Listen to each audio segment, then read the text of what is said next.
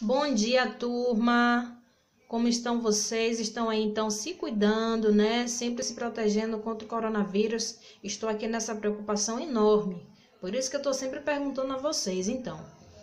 Na nossa aula de ciências de hoje, vamos estudar uma coisa muito interessante, não é isso? Que é importante a gente conhecer coisas diferentes, coisas que fazem parte, não é isso, de outros países, ter mais conhecimento sobre o mundo. E hoje vamos aprender aqui sobre calendários em diferentes culturas, não é isso? Calendário, né, para a gente entender melhor, nós chamamos ali de folhinha, né? É o sistema de medidas que, baseado na posição dos astros, divide o tempo em anos, meses e dias. Você sabia que não é por acaso? Você sabia que para formar um calendário precisa de cálculos, né? E esses cálculos são feitos através de estudos baseado na posição dos astros. Quais são os astros? São corpos aí celestes que estão presentes aí no universo, né? Isso, como o Sol, como a Lua, as estrelas, são astros. E para fazer um calendário, não é isso? Nós nos baseamos nessas posições. Dia solar, que nós só chamamos de dia. O que seria um dia? Olha só, o dia ele é determinado pelo tempo que o Sol leva para chegar novamente à sua posição no céu. Não é isso? É quando o Sol ele dá aquela volta, que na verdade não é o Sol que dá a volta, é a Terra que fica girando, não é isso? E quando a Terra gira, dá um giro completo, e o Sol ele chega naquele mesmo lugar em que ele está iluminando aquela mesma parte da Terra, a Terra conseguiu completar então aí o seu giro. E esse giro ele dura em média 24 horas, não é isso? Então o nosso dia ele dura 24 horas. Por que nós chamamos de dia solar? Justamente por isso, porque nos orientamos aí pela posição do Sol. Não é isso? O mês, o que é o mês lunar, já está relacionado então à Lua. É o tempo de um ciclo inteiro de fases da Lua. Você sabia que este ciclo dura 29 dias e meio? Pois é, a Lua ela vem passando por várias fases, dependente ali da posição que ela está em relação à Terra, não é isso? A parte da Lua que nós vemos, o formato da Lua, para qual lado ela está virada, tem várias situações. E todo esse ciclo, até ele se completar e se repetir novamente, dura 29 dias e meio, aproximadamente o quê? Um mês, não é? E o ano, o que é o ano? O ano ele também vai se relacionar com o Sol, vai ser baseado então na posição aí, não é isso? Do Sol. E é o tempo que o nosso planeta ele realiza uma volta inteira em torno do Sol. Todo esse tempo dura 365 dias e 6 horas. E com essa medida nós definimos com precisão o início das estações climáticas, não é? Temos 4 estações, cada estação dura 3 meses aproximadamente, não é isso? Então, baseado nessas estações climáticas, no período que elas duram, baseado aí no tempo que o Sol ele leva, não é isso? Para chegar ali, no tempo que a Terra leva para girar em torno do Sol, nós definimos então o ano lunar. Lembrando que tudo isso aqui, para ser formado, para ser definido, foi através de cálculos, através de estudo, não é isso? Vamos entender aqui um pouco sobre o calendário egípcio. Lá do Egito, olha só essa imagem, tá vendo essa pedra?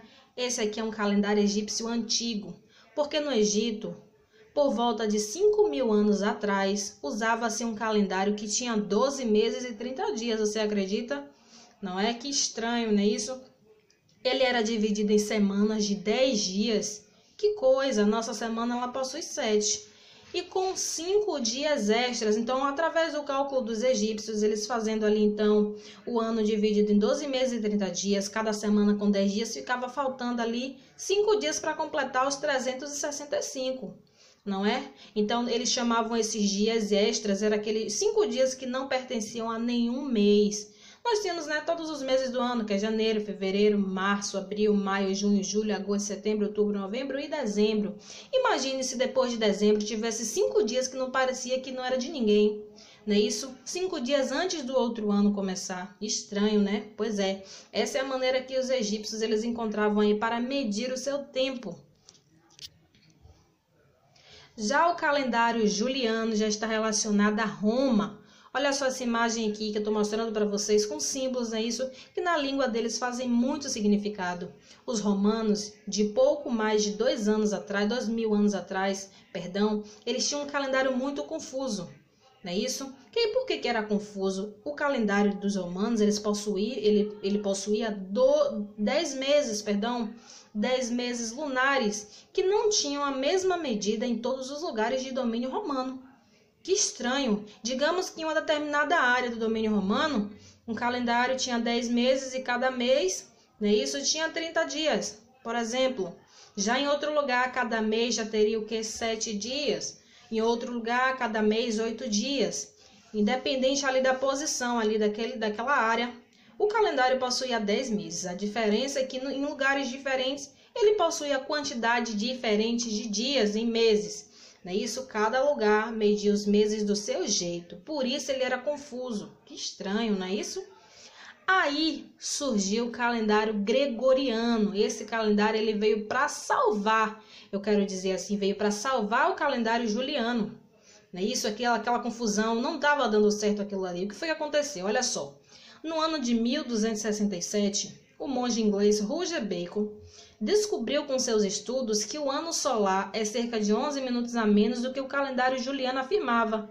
Tá vendo aí? O calendário juliano estava ocupando ele estava ocupando um pouco mais ali do tempo que realmente era ali existente. Ele conseguiu mostrar em seus estudos que esse tempo, esses 11 minutinhos que parece pouco para a gente aqui hoje, acumulado em cerca de 1.200 anos, ele teria um diferencial muito grande. Imagine de 11 em 11 minutos a cada dia, imagine de 11 em 11 minutos a cada 1.200 anos. Pois é. Então, como consequência, ele também acabou descobrindo que o mundo medieval estava celebrando suas festas religiosas completamente errado. Porque se esse calendário, né, se ele não seguia corretamente o tempo exato, ano que vem, né, esse povo estava imaginando que estava na mesma data, mas não estava na mesma data, estava uma data antes ou uma data depois, né? Isso, consequências aí de um pequeno erro de 11 minutos. Então, esse calendário gregoriano, ele veio para atualizar o juliano e recebeu um novo nome. 3 séculos depois foi que isso veio acontecer, porque o Papa Gregório ele ordenou que se ajustasse para que o mês de outubro tivesse 10 dias a menos. Então esse foi o ajuste feito no calendário de Juliano, que deu origem então ao calendário gregoriano, que é uma continuidade atualizada. Vocês já ouviram falar certamente em ano bissexto, não é isso? O ano bissexto, olha só que curioso, é um termo que vem da Roma antiga.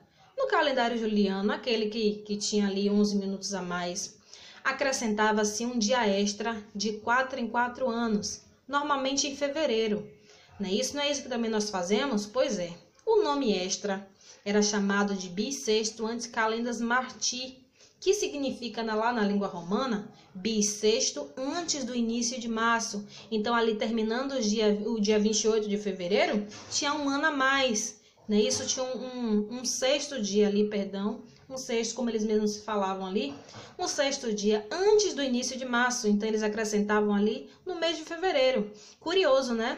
Esse costume lá da Roma acabou repercutindo pelo mundo inteiro, porque até mesmo no nosso calendário aqui, né? Isso, o nosso calendário do Brasil, nós também temos o ano bissexto. Mas a definição do nosso ano bissexto é o quê? Porque o ano ele dura 365 dias e 6 horas. Essas 6 horas que ficam sobrando, não é isso? A cada 4 anos elas geram aí mais um dia, que é acrescentado no mês de fevereiro, tendo então o mês de fevereiro 29 dias, né? Então é isso que nós sabemos. Mas não sabíamos, né, que tinha vindo lá da Roma. Que coisa. Aqui, como eu estava falando para vocês. Olha só, no Brasil, aqui no nosso país, nós adotamos o calendário gregoriano, que foi aquele atualizado, aquele mais certo, não é isso?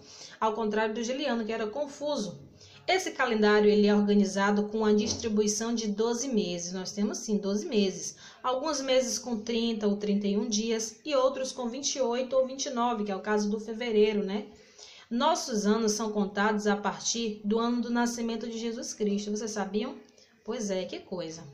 Já na China, olha o que acontece na China. Olha só, na China eles usam 2 calendários. Para que isso? Para que 2 calendários? Eu vou te explicar. O calendário gregoriano, que eles também utilizam, que foi da Roma, que foi repercutido para a maior parte do mundo, né? Eles utilizam esse calendário gregoriano, o mesmo do nosso, para atividades civis, negócios e relações internacionais, ou seja, com outros países, e o calendário tradicional deles mesmo, que é o chinês, se chama o calendário lunisolar. Olha só que curioso, por que se chama lunisolar? Porque ele é baseado tanto nos movimentos do Sol quanto nos movimentos da Lua. Interessante, né? Este calendário ele marca as tradições chinesas em ciclos de 60 em 60 anos. Imagine, no nosso calendário nós marcamos ali, a cada ano, não é isso? Tem uma comemoração agora, no ano que vem, já tem no novo calendário a essa mesma comemoração. Mas imagine uma comemoração que só acontece de 60 em 60 anos. Pois é, no ano daquela celebração, aquele calendário daquele ano para os chineses já vem ali marcado com aquela data especial de celebração para eles, que é uma tradição aí especial. Já na Península Arábica, olha só o que acontece. Observe já essa imagem com esses símbolos aqui. Em países de tradição islâmica, além do calendário gregoriano, ou seja, então eles também utilizam o mesmo calendário que o nosso, não é isso? Ele que rege ali as atividades civis, a mesma coisa dos chineses. Só que eles também utilizam outro calendário chamado Hijra, que significa migração em árabe. É um calendário lunar que tem como marca inicial o dia em que o profeta do Islã, Muhammad, migrou da cidade de Meca para Medina. Então, olha só, esse calendário aqui ele já vem expressando um pouco mais ali sobre a espiritualidade desse povo islâmico lá da Península Arábica. Já o calendário asteca, né? Isso, olha só que imagem curiosa. Esse bonequinho no meio. Pois é, isso aqui é um calendário. As pessoas que de lá conseguem entender. Os antigos astecas, eles utilizavam 2 calendários também. Poxa, né? Todos os outros países utilizam 2 calendários, só a gente que não? Não, meus amores. Aqui eu trouxe para vocês algumas culturas, tá? Existe sim outros países que só utilizam um calendário como a gente, tá? Então, como eu estava falando aqui, os astecas, além do gregoriano, que tem 365 dias, né? Eles utilizavam também outro calendário de 260 dias. Nesse calendário eram organizados os ciclos diários de uma forma espiritualizada. Então, é uma coisa mais particular desse povo, tem a ver com a cultura, tem a ver com crença, com religiosidade. Esse calendário era chamado de Tonalpó, meu Deus, Tonalpó Hualli, na língua asteca, perdão. E ele era composto por 20 símbolos e 13 números, que vocês podem até dar uma olhadinha aí em cima. Essa combinação de 20 símbolos com 13 números, cada par ali formava 260 combinações diferentes de dias. Então, a cada dia eles tinham uma orientação sobre o que eles deveriam fazer, de acordo com a espiritualidade deles.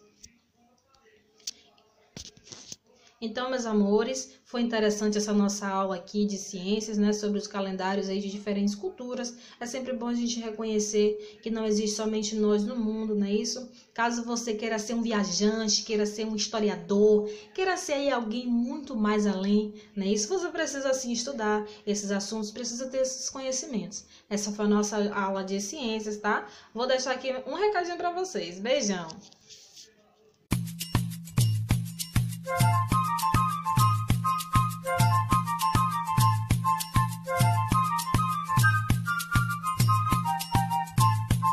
Olá, meus amores, voltei aqui, mais uma aula aqui de sociologia. Nesta aula vamos aprender aí um pouco sobre a violência. Claro que vocês ouvem aí algumas vezes essa palavra, nossa, mas que violência. Quando você liga o jornal, na televisão, no jornal, você só vê violência, não é isso? Hoje vamos entender aí realmente sobre o que é violência, o conceito e também os seus tipos. Pois é, ela se divide em alguns tipos, de acordo ali com as ações que são praticadas. A violência ela foi definida pela Organização Mundial da Saúde como o uso intencional de força física ou poder, ameaçados ou reais contra si mesmo, contra outra pessoa ou contra um grupo ou comunidade, que resultem ou tenha grande probabilidade de resultar em ferimento, morte, dano psicológico, mau desenvolvimento ou privação. Então, quando alguém tem ali uma atitude que usa a força física, né, isso para praticar aquela ação com o objetivo de prejudicar o seu próximo, a si mesmo, essa pessoa está cometendo então uma violência e ela se caracteriza justamente por isso, acaba resultando em ferimento, morte, dano psicológico, mau desenvolvimento ou privação. E a violência ela pode ser praticada tanto contra a própria pessoa, né, isso, como também contra grupos ou outras pessoas próximas. Sobre os tipos de violência, olha só, eles podem ser classificados como violência física, violência psicológica, violência moral, violência sexual, violência econômica, social e doméstica. Os atos de violência, eles podem utilizar um ou mais tipos de violência. Por exemplo, quando alguém vai cometer uma violência física contra outra pessoa, ela pode também utilizar ali a violência psicológica, também a sexual, outros tipos de violência que podem ali então acompanhar os atos. Vamos entender aqui um pouco mais sobre cada violência? Pois é, a violência física é a utilização da força física sobre alguém, ou seja, força bruta, né? Isso como tapas, socos, chutes, puxões, empurrões ou a utilização de algum artefato com o objetivo de impor-se pelo uso da força física. Pode ser ali uma madeira, pode ser uma barra de ferro, até mesmo faca, talher, qualquer objeto que seja utilizado ali para machucar fisicamente alguém, então ali está sendo caracterizado como uma violência física. Imagine ali duas pessoas brigando, né? Isso, cada um ali agredindo a outra, estão praticando este tipo de violência e tem como objetivo que oprimir, ferir ou causar qualquer tipo de dano físico. Que horror, né? Já a violência psicológica e moral, que já que estão relacionadas, elas envolvem aqui palavras ou atos ofensivos como forma de agressão. Imagine nessa imagem aqui ao lado que eu trouxe para vocês, uma mulher, né? Isso, e no seu rosto tem escrito ridícula, louca, feia, palavras que foram lançadas em direção a ela, né? Isso, palavras que foram utilizadas para ferir, para ofender. Então, a violência psicológica está ligada a isso. Quando você não utiliza a força física, mas de outra maneira, você acaba ofendendo, você acaba machucando outra pessoa. Olha só. E tem como característica aqui a humilhação, a exposição a xingamentos. Sabia que xingar é um tipo de violência? Pois é, quando você xinga outra pessoa, você está praticando a violência psicológica e moral. Ou até mesmo a opressão e submissão. Você querer dizer que você está acima daquela pessoa, que você tem algum poder sobre ela, não é isso? E fazem com que a vítima seja coagida sem a necessidade de utilização da força bruta, da força física. Já a violência sexual, ela ocorre quando os atos de violência assumem um caráter sexual, como assédios, abusos, violações e estupros. São considerados, então, aí atos de violência sexual. Esses casos ocorrem quando não há um consentimento entre as partes ou quando a vítima é incapaz de opor-se ao ato, que é o caso ali de pessoas que possuem alguma deficiência, né, têm limitações, crianças, idosos, né, isso, entre outras pessoas que não podem se defender, né, isso, são incapazes ali, são limitadas. Já a violência econômica, economia tem a ver o que com dinheiro, não é isso? A violência patrimonial ou econômica, que nós conhecemos assim, ocorre quando a propriedade ou os meios de subsistência são negados ou retirados por uma pessoa ou grupo, não é isso? Então, por exemplo, um furto, um roubo, não é isso? Subtrações e impedimentos podem ser caracterizados como esse tipo de violência. Então, nós vemos aí, né, diariamente que pessoas estão sofrendo assaltos pelas ruas, estão sendo roubadas por bandidos, por criminosos, né? Isso, pessoas que praticam esse tipo de violência, violência econômica. A partir do momento que você retira de uma pessoa algo de valor, você retira dela, usufrui dinheiro, né? Isso, entre outras coisas que para ela teriam valor, você está furtando, você está roubando, praticando então a violência econômica, que nós vemos aí claramente nas sociedades atualmente. Já a violência social, olha só, um homem apontado com a arma, também está relacionado um pouco com a violência econômica. A violência social, ela ocorre devido à utilização da força de um grupo social sobre o outro. Quando nós falamos em grupo social, estamos falando aqui de quê? Pode ser gangues, pode ser ali também seitas, podem ser associações, grupos de pessoas que estão ali presentes, acreditando numa mesma coisa, apoiando umas às outras. Mas quando encontra outro grupo que não acredita nas mesmas coisas que elas, ou não fazem aquilo que elas querem que façam, elas então se unem contra esse grupo, não é isso? Então ocorre o quê? A discriminação, ocorre o preconceito, ou pode ser também aqui sobre grupos raciais, um grupo só de pessoas brancas, um grupo só de pessoas negras. Imagine aí eles ali se enfrentando, então é um tipo de violência, podem se enfrentarem ali com palavras, podem se enfrentar também com a violência física, não é isso? Ocorre o quê? O desrespeito, as diferenças, a intolerância ou a submissão de um grupo, que é entendido aí, então como violência social, quando um grupo quer ser melhor do que o outro e quer que todo mundo saiba disso ou quer que todo mundo acredite no mesmo que eles acreditam. Já a violência doméstica, olha só, doméstico vem de lar, vem da nossa casa. A violência doméstica ela ocorre dentro de um núcleo familiar. Pode ser causada por companheiros, parentes ou tutores. Dentro dessa tipificação, predominam os casos de violência contra a mulher e os casos de violência contra a criança. Então, estamos falando aqui, meus amores, de quando uma pessoa ela agride outra da sua mesma família. Isso é diferente de você agredir alguém que você não conhece, alguém que não tem nenhum grau de parentesco, para você violentar ali, para você agredir pessoas da sua própria família. Não é isso? Então, aí tem muitos casos hoje em dia, muitas mulheres que acabam morrendo porque seus maridos estão agredindo elas fisicamente, elas também não têm coragem de denunciar, não têm coragem ali de chegar à polícia, na maioria das vezes porque ele também pratica outro tipo de violência, que é a violência que é psicológica, através de ameaças, não é isso? Entre outras palavras que ferem, que ofendem, e também de pais que agridem seus filhos. Claro, você punir o seu filho é uma coisa, mas você agredir o seu filho sem que ele mereça, sem que ele tenha feito nada, somente porque está nervoso, está praticando então a violência doméstica, né? Isso, como nós falamos, espancou, ou até mesmo entre um irmão e outro irmão, tá? Também é um tipo de violência doméstica.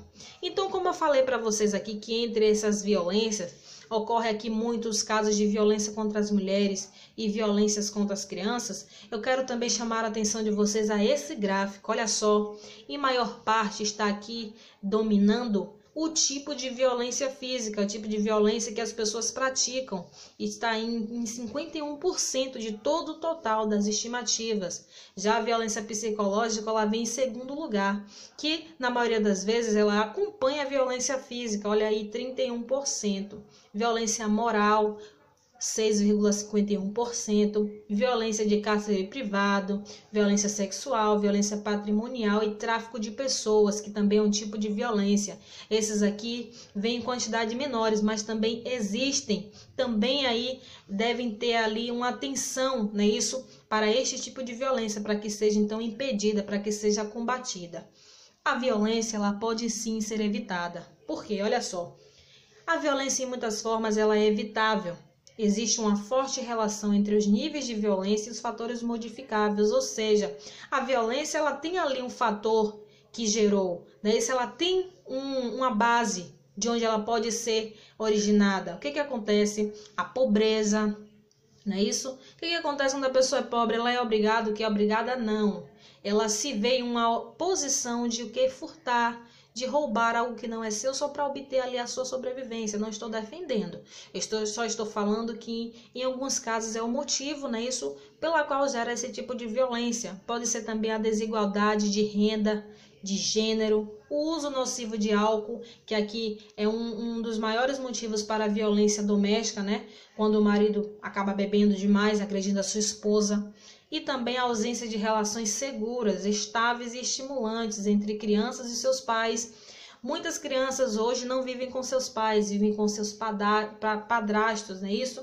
Então, por não ter aquele vínculo sanguíneo, às vezes o padrasto não tem aquele mesmo sentimento que o pai, acaba então agredindo aquela criança, não é isso? Então, a falta desse laço da criança com o pai também gera um tipo de violência. ela pode ser também evitada através de denúncias. Se você vê algum tipo de violência sendo praticada, não fique calado. Diz que denúncia. Olha, ligue para o 181 denunciando que tem órgãos responsáveis pelo combate à violência, que é a Polícia Federal, centros aí de ajuda para pessoas aí vítimas desse fato. E também temos aqui, ó, o 180. Estou sendo vítima de violência doméstica. Como proceder? Você pode também denunciar. Não se preocupe que você não vai ser exposto, a sua denúncia vai ser anônima e você estará ajudando outras pessoas. Imagine que você estaria no lugar delas, seria muito doloroso, não é isso? No dia 25 de novembro é o Dia Internacional para a Eliminação da Violência contra as Mulheres. Foi aqui mais uma campanha lançada, né, isso para defender aí essas mulheres que tanto sofrem. Então, aqui você pode estar ligando para o 180, como eu já falei aqui anteriormente. Olha só, surgiu também uma nova campanha interessante que eu queria já trazer para vocês, que é aquela campanha do Não Me Toque. As mulheres que são vítimas aí de violência doméstica, elas podem ir a farmácias, não é isso? Colocar um X na sua mão, um X vermelho na sua mão, elas não precisam dizer nada. Elas só precisam apenas mostrar a sua mão com aquele X, que aquelas pessoas ali daquela farmácia vão de qualquer forma ajudar essa mulher, vão buscar meios ali para que ela esteja segura, né? Então, meus amores, essa aqui foi a nossa aula de Sociologia, espero que vocês tenham gostado, tá bom? Beijão! Olá, alunos, bom dia! Na nossa aula de matemática de hoje, vamos revisar aquelas multiplicações que estudamos na videoconferência, que foram multiplicações de um número natural por 10, 100 e 1000, lembrando sempre daquela regrinha. Observe aqui, eu tenho o número 230. Para multiplicar o número 230 por 10, o que eu preciso fazer? Eu preciso repetir o nosso primeiro número e contar a quantidade de zeros que o meu segundo número ele possui. Repetir aqui, ó, o nosso resultado. Olha só, 230. Repetir 230 aqui, ó. 10 possui quantos zeros? Um zero. Então, eu preciso acrescentar aqui, ó, mais um zero. Se eu multiplicar esse mesmo número por 100, o que eu preciso fazer? Repetir a mesma regra. Olha só, repito aqui o 230, contando aqui sempre em quantos zeros? 2 zeros, olha só, 230 e acrescento então 2 zeros. E para multiplicar esse mesmo número natural por 1000, o que eu tenho que fazer? Repetir então a minha mesma regra, olha só, 1000 possui quantos zeros? 3 zeros. Então eu vou colocar aqui, ó, 230 e repetindo 3 zeros do 1000. Como nós fazemos a leitura desse número? Observando que eu lembrei para vocês que vamos contar ali da direita para a esquerda, não é isso? 3 casinhas, onde nós vamos separar então nossas classes. Olha só, 1, 2, 3, coloquei um pontinho. Que número é esse? 2300. Fazendo aqui, ó, essa mesma operação. 1, 2, 3, coloquei o pontinho. Que número é esse? 23.000. Então, 230 vezes 100, 23.000. Repetindo aqui, ó, essa mesma operação. 1, 2, 3, pontinho. Olha só, 230.000. Porque eu percebi que vocês tiveram dificuldade, não foi na hora da leitura. Vamos repetir aqui, então, a nossa multiplicação. Vou utilizar outro número. Vamos lá. Se eu tivesse assim, ó, 100 vezes 1000, como ficaria aqui a minha multiplicação? Repetindo o meu primeiro número, olha só que é 100, contando a quantidade de zeros. 1000 possui quantos zeros? 3 zeros. Então, ó, 1, 2, 3. Vou acrescentar os 3 zeros aqui, ó. Como eu vou fazer a leitura desse número? Olha só, 1, 2, 3, pontinho, 100.000. Vamos multiplicar aqui esse mesmo número, olha só, 100 vezes 10. Como vai ficar aqui, ó, repetindo o meu primeiro número. Olha só como é simples, como é fácil. Eu posso fazer esse cálculo mentalmente. Olha só, o 100, repetindo aqui, ó, contando quantos zeros? Um zero. 1, 2, 3, pontinho. Eu tenho 1000. Multiplicando esse mesmo número, olha só, 100 vezes 100. Como eu posso fazer esse cálculo mentalmente? Repetindo o meu primeiro número, que é 100, e contando quantos zeros o meu segundo número possui. Olha só, 1, 2. Então, eu vou colocar aqui, ó, 2 zeros. De trás para a frente, 3 casinhas. Eu vou ter o quê? 10.000. Então, esse foi o método mentalmente. E se eu quiser, professora, também armar a minha conta, eu posso? Você pode. Olha só. Eu tenho aqui a seguinte sentença, olha só, 130 vezes 100. Como nós armamos aqui a nossa sentença? 130 em cima, o sinal da multiplicação dentro da conta e o meu 100 aqui, ó, passou o tracinho. Olha só, eu vou multiplicar os números por 0. 0 vezes 0, 0. 0 vezes 0, 0 vezes 3, 0. 0 vezes 1, 0. Olha só, tem uma coisa importante aqui para vocês, prestem bastante atenção. Quando nós temos mais de um multiplicador, o que é que nós vamos fazer? Seguir uma regrinha. Quando nós começamos multiplicando aqui por 0, onde foi que nós começamos a colocar a nossa resposta? Aqui, ó, logo abaixo dele. Então, quando eu vou multiplicar pelo outro número, eu preciso colocar a minha resposta embaixo dele também. E para fazer isso, eu vou precisar fazer o quê? Pular uma casinha, olha só. Pulei uma casinha e vou começar a colocar na direção dele. 0 vezes 0, 0. E 0 vezes 3, 0, perdão. 0 vezes 1, 0. Vou multiplicar agora pelo meu outro multiplicador. Eu preciso colocar na mesma direção que ele. Vou pular quantas casinhas aqui, ó? 1, 2 casinhas. Olha só. 1 vezes 0, 0. 1 vezes 3, 3. E 1 vezes 1, 1. Olha só como ficou a minha conta. Muito grande, não é isso? Então, o melhor método para eu utilizar nessa multiplicação é o mentalmente, meus amores. Então, essa foi a nossa revisão de matemática. Beijão! Então, meus amores, estamos no mês junino, não é isso? A tradicional festa do São João, que é uma tradição aí que marca a nossa cultura nordestina. Pensaram que não ia ter arraial do Seduca? Pois é, eu estou aqui nesse cenário maravilhoso, olha só, o cenário junino. E vai ter forró, hein? Levanta dessa cadeira, chama a mamãe, chama o papai e vamos dançar com a pró. Lembrando que nós estaremos entrando em recesso, tá? A partir de hoje, retornaremos no dia 30/6. Terça-feira estou esperando vocês para dançar esse forró conosco. Vamos chamar aqui as nossas prós. Ei! Tem alguém com saudade de forró aí? Lavando pra tu, Ana e pra eu. Tu no teu canto e eu dançando aqui no meu. Vontade boa e a saudade criança. Vai ter São João, mas cada qual na sua casa. Vontade boa e a saudade criança. Vai ter São João, mas cada qual na sua casa. Vambora, tio, pé no chão! São João, esse ano é diferente. Vai ter tudo ficando, gente dançando. Vai, todo mundo! Cada casal vai dançando do seu lado. O São João desse ano vai ser virtual. Cada casal vai dançando do seu lado. São João na internet numa raia virtual. Alavando pra tu, Ana e pra eu. Tu no teu canto e eu dançando aqui no meu. Vontade boa e a saudade criança. Vai ter São